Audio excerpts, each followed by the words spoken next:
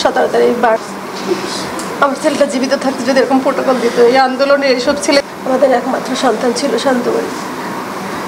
আমাদের অনেক আশা আকাঙ্ক্ষা ছিল, সাথে সাথে মনে আমার দিয়ে গেল আমাকে। আমার আশা ছিল আমি সেরা মা হবো, শান্তবাড়ি ভালো।